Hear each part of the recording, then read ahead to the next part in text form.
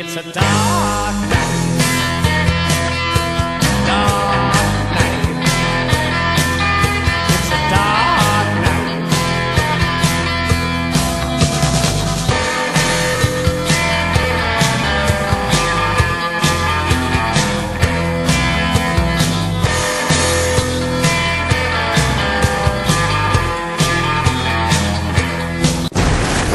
Hit me!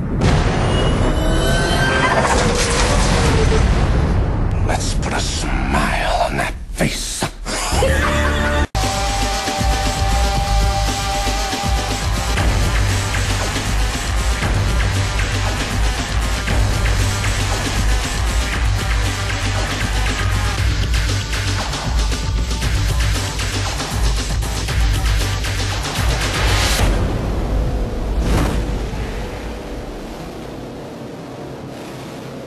Hey everyone, and thanks for tuning in to this week's movie review of Sucker Punch, starring Emily Browning and Vanessa Ann Hudgens.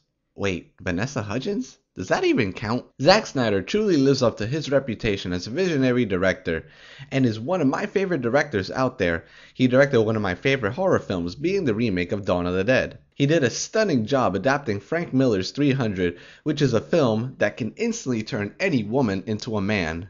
Yeah, it's that manly of a film. He followed that up with a great adaptation of Alan Moore's Watchmen, and made owls look badass in Legends of the Guardian. The man is a visual artist, and is the go-to guy if you want to adapt something into a film.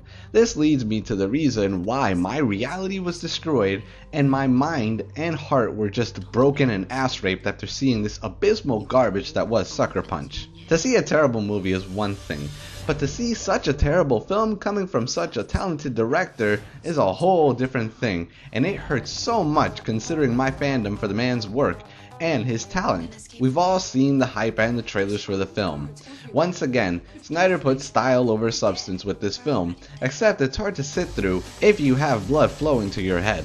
Sucker Punch tells the story of Baby Doll, a young woman who is sent to a mental asylum of sorts after she is framed for the murder of her sister due to the events following the death of her mother and the issue over her will between her and her stepfather. Once at the asylum, she has 1 week until she is lobotomized, in order for her not to tell on her stepfather, revealing the true events surrounding her sister's death, which just puts the question out there of why she just didn't tell in the first place, since she just stands there all quietly allowing herself to be mistreated and violated. But anyway, fuck it. From there she enters into her own imagination to escape the horrors of reality while carrying out a plan to escape from the asylum.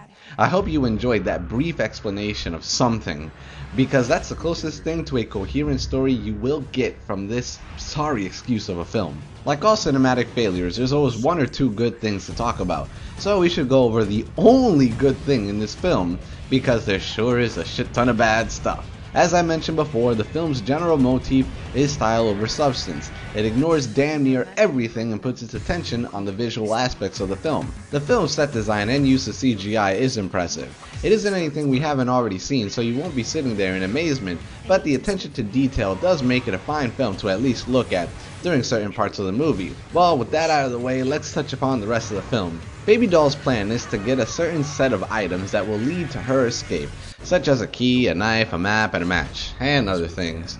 In order to obtain these items, she distracts all the holders of each of the items with the help of her friends.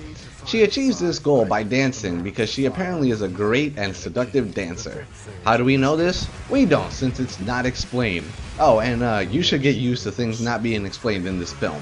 She dances once and is great by default. There's no backstory about her being in a dance institution or knowing how to dance in the past or having any experience whatsoever. She just can do it for the sake of plot convenience. When she dances, she puts all the men in a trance, while the other characters gyrate in order to get close enough to grab the desired object. This asylum quickly turns into a whorehouse, completely operated by men in a timeless era too, which is the film's explanation for the need to have seductive distractions. Oh, and I'll get to the whole timeless era issue later. During these dance sequences, Baby Doll enters into her mind, which leads her into a video game-like state of war, where she and her friends must obtain that desired item in the most over-the-top of forms. We never see her dancing as well, since the CGI fantasy brawls substitute for the dance. During these fights, you can catch influences of different aspects of popular culture, ranging from anime, mecha, samurai, Nazi zombies, orgs, dragons, Lord of the Rings, video games, Modern Warfare, iRobot, Sailor Moon, to name a few. Each of these levels and fantasies are introduced by Scott Glenn, doing his best impersonation of David Carradine. He appears as the wise man to give order and sage-like advice to the girls before each battle, because as we all know, a strong and independent woman obviously needs the help of a man in a film where they are tortured by men, because that just makes so much sense. And with sage-like advice, such as not writing a check that your ass can't cash, what can go wrong, right? After David Carradine version 2.0 gives his orders to the girls, they go into battle, which is a real boring sight despite what's going on. This is where the fans give me the same shtick. You just didn't get it! Trust me, I understood it. I can clearly see the themes constantly in the background. I'm aware of the objects and how it relates to escaping. They need to kill a dragon and obtain a gem from it, which harkens back to the need for a lighter. I get it. I also am a fan of all the things that obviously influenced Zack Snyder. I love anime, and giant mechas, and Nazi zombies, and a steampunk world torn by war. It all sounds cool, but there are two issues with these fantasy action sequences. The first is that nothing is explained. They just appear and go to get the object. We don't know how these wars and sequences broke out into their chaotic states. To boot, we don't know anything about the characters at all, and I mean none of them. No character has any backstory, you don't know anything about them. Oh, and a brief mention of something vague doesn't count as a backstory either. I mean, for fuck's sakes, man, we don't even know these girls' real names. That's how little we know about them. Oh, and the names that they have, I mean, Baby Doll, Sweet Pea, these are fucking stripper names, man. And when you don't even know anything about a character, it's hard to invest into giving a shit about them. I could honestly care less about any of these girls, because no effort was given into truly making them into real people or characters. They are paper-thin, two-dimensional cliches and sexist characters that set women back so far to the point that they should just be in the kitchen making a sandwich. As far as I'm concerned, having them die is the best option, since that would remove the negativity that they generate and bring to the table. This is a big reason why the action scenes fail. There's no emotional investment, because you don't care about the characters, and they are never in a real sense of danger. A dragon chasing you is interesting, but there's no point to it if it's not real and doesn't possess a single threat to any of the protagonists. The second big insult in this film is the fact that when you give everyone and everything, you end up giving them nothing at all. A film has to be properly paced, and no movie can literally have everything that it wants. Doing so just turns the film into a convoluted mess. We must remember that when anything in a film is brought up, it must be explained. When you throw a ton of shit left and right, you leave no room to explain stuff and give it importance. That in turn just results in a bunch of shit being there for the sake of being there. Still, I can see people liking the action sequences, because it's bright and shit explodes. Let's just put it like this. Sucker Punch generally caters to two types of people. Your first is your hyperactive 13-year-old male nerd whose mind isn't able to reason with the film's stupidity. These are the kids who you'll hear say something like this. Oh my fucking god, so you'll like have like Optimus Prime shooting lasers and go like bam bam bam bam boom and bang bang bang, while Afro Samurai ninjas invade the land of gods where the Avengers will be setting fire to everything and it'll be like oh boom bam and blow, and then like Sailor Moon will come down like surfing on Saturn's rings while Megatron and the X-Men chase after her in 3D, and like bright lights will be in your face like and the Fast and Furious cars being driven by the Justice League of America race on a Mario Kart track that explodes spider webs as a giant robot fights like over vampires for Middle Earth. Yeah, those are the type of male tweens. The second type of person is your atypical bro shooter type of guy. Bro, Sucker Punch rocks, bro. It had women in skimpy clothes, bro. How could that be bad, right? You gotta be gay to not like that, you know? Let's go grab a beer and play Gears of War while my bitch makes us a sandwich, bro. That's pretty much it. Now, that's not to say that everyone who somehow managed to enjoy this film is but doing a search of fan reviews for this movie, you will see two things. One is that no women ever give their take, and the general populace of good reviews are from the following people I just described. It's quite humorous, but I digress.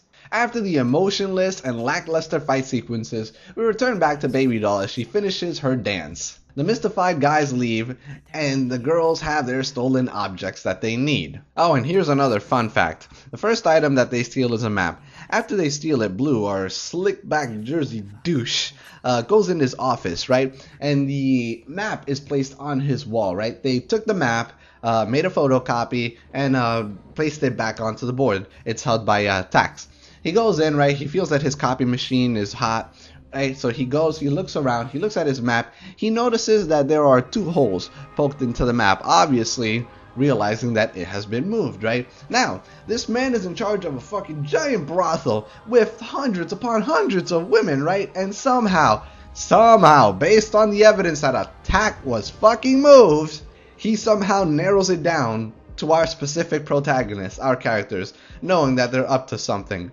How the hell did he do that? I mean, Sherlock Holmes is fucking sitting there in curiosity and watching how the hell somebody managed to just deduct that much information and narrow in, to those women after such little information that was provided. What the fuck? My head hurts just thinking about it. Anyways, back to the point. Now, Zack Snyder has had the balls to say that filming Baby Doll dancing would seem misogynistic and would make Baby Doll look weak, which is complete bullshit. First of all, the fights are fantasies in her head, so they were never real and thus led to her never having possessed such attributes. She gets framed by her stepfather, treated terrible by all male cast members in the asylum, she gets tortured by men in her head, she needs the help of a wise man, and fights in her fantasies donning a Japanese schoolgirl outfit that gets shorter and shorter with each scene while running around in skimpy clothing. Yeah, that makes a female character empowering. Not that the dancing would have helped anyway, but it's insane to assume that the dancing is going to make your female characters look weak when they are all pitiful to begin with. Now, as I mentioned before, the film has its times all fucked up. People say that it takes place between the 50s or the 60s, and I could understand that well, considering that the clothing and the general look of the characters. But I didn't know that such modern music playing from old-time radios during the 60s was possible. I also didn't know that iPods and iPod headphones existed in the 60s too. History and common sense be damned. At the best, the film should be considered timeless, since it has too many merges of things from various historical points. Speaking of history, it seems that this film couldn't even get that shit right. During the dragon fantasy realm, our skimpy clad women must fight in a steampunk war-torn world. At first it looks like World War II, but then there are blimps from World War I. To boot, the Nazis donned the attires of soldiers during the First World War, but they are Nazis who came to be in the Second World War! Is anyone seeing an issue here? To alter and play with history is fine, but to ass rape it is another thing. Now we come to the performances. Rarely has an all-around cast managed to unite and blow together. Emily Browning could win an Oscar for playing a zombie because she was essentially dead throughout this entire mess of a film. I know that her general look was to be that of a porcelain doll, but no one said that she had to be as lifeless as an inanimate object. I mean, you could place her in a forest of trees and you would never know who was the human because that's how wooden her performance was in the film. At this point, Carla Gugino is a bad sign in the movie because either she is bad, like in Watchmen, or the film is. Either way, she is a cinematic omen. Her portrayal of Madame Grosky was so over the top that it entered James Bond parody levels. I was sitting there wondering when the Russian from Rocky and Bullwinkle would pop up while watching her act. Vanessa Ann Hudgens from High School Musical also stars in this film, and that's a clear indication of true talent. By the way, I was being sarcastic with that last part. The rest of the cast members just turn in ridiculous performances that are hard to sit through, minus a cameo from the always great John Hamm of Mad Men fame. The terrible dialogue, lack of emotion, story, plot, direction, or character development also don't help the movie, and that's not counting the slews of cliches and general stupidity. So Baby Doll gets taken to an asylum where people are out to get her. To escape the horrors of her reality, she escapes into her head, where the setting is instead a whorehouse where people are out to get her, which results in her having to escape that reality in her head, which takes her to war-torn fantasy worlds. You know, all of a sudden, Inception's story is starting to make a great deal of sense in comparison. Another eye-gouging blunder of this film is its use of music. Zack Snyder has proven in the past that he can come up with a pretty damn good score for a film. Watchmen and Dawn of the Dead are fine examples of this. Now granted, at times it becomes abrasive in those films, but Sucker Punch takes that and expands upon it using music video techniques for fantasies and turning many scenes and questions into music videos themselves, using shitty cover songs for the majority of the time. One has to wonder why he just didn't go with either the best or the original versions of the picked songs. Or better yet, why didn't he just use an orchestral score? At points it just becomes too abrasive and highly annoying, plus the music is just an insult to my intelligence. Many times it points out the extremely obvious. When we meet the mayor in the film, our bleeding ears are treated to a rap song of all things, enforcing the fact that he is a thug. Yes, the attire, mentioning it before, and at the same time didn't help, so we didn't need the song to hold our hands. Such things should be done with subtle class, where the scene doesn't give you the information, or when the song subtly comments on the scene in question, like Christian Bale's cop chase in The Fighter. Add slow pacing into the mix, and you have the perfect shitstorm. To top things off, the movie ends on a huge cop-out. Nothing that happened was real. When she sits on the chair for the first time in the asylum, she is really being lobotomized. So the events of the film not only never happened, but we don't know what truly happened. Yes, obviously someone escaped, but we don't know how it truly happened, just what was in Baby Doll's head. This is why I said that all the action scenes didn't matter, because there was no present threat at all. All that was a fantasy in a fantasy. It wasn't real, and thus there were no threats presented by the fantasy reflections or real events. Can you say cop out? This garbage finally ends with one of the girls getting on a bus and meeting Scott Glenn, who is the bus driver that knows the girl. How is that even possible? He was a figment of Baby Doll's imagination.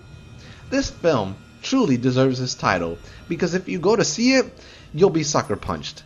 And to think that this is the man that's going to be directing the reboot of Superman? Regardless, I still have faith in Snyder, but this film leaves me cautious of future projects. Now, if you excuse me, I'm going to jump into my own fantasy land in my head where Zack Snyder didn't make this huge pile of garbage. Till then, Sucker Punch gets a 4 out of 10. Do not